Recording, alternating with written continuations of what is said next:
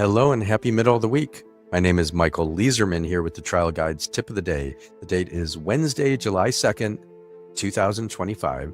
And our tip today comes from the book Punitive Damages, The Lawyer's Tool for Shaping Society by Sean Simpson. While most jurisdictions are fairly liberal about allowing demonstrative evidence, you should anticipate a fight from the defense counsel. In fact, the defense will intensify the fight even more because nobody likes being exposed. By their nature, demonstrative exhibits expose something. However, when you are exposing gross negligence or lip service to safety policies, the intensity of the fight goes up exponentially.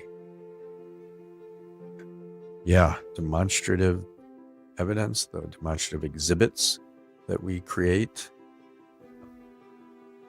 I have had disagreements with the other side when they say those aren't fair, they can't be used. Oh, what's unfair about it? If it's something I can correct, I will. If I think there's something that's in a demonstrative that maybe the judge would accept an alternate version, I'll bring both versions. I won't show both at first, but I'll show one. And there's something that kind of have an inkling the other side is going to object to. I want to have an alternate version. And we need to make sure that we can say we've created this fairly, right?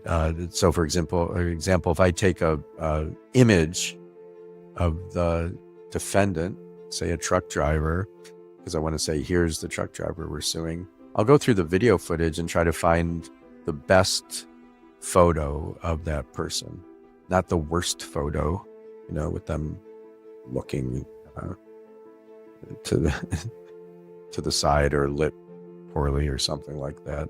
I want to be able to say to the judge, they say, well, you chose a photo that puts our client in the wrong, bad light.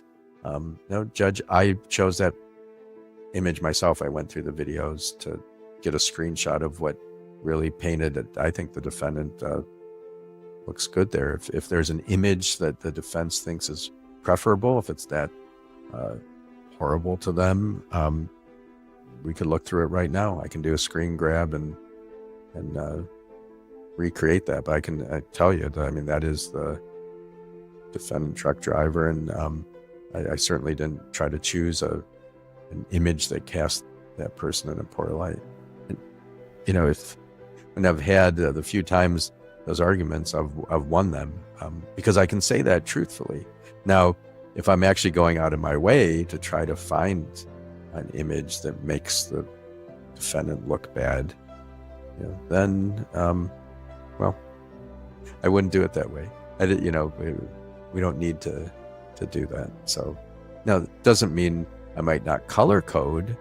I might not want to put certain language in red that is warning kind of language, and maybe in green something that my client did. I think we can do those kind of things in our demonstratives. That helps, I think, color coding.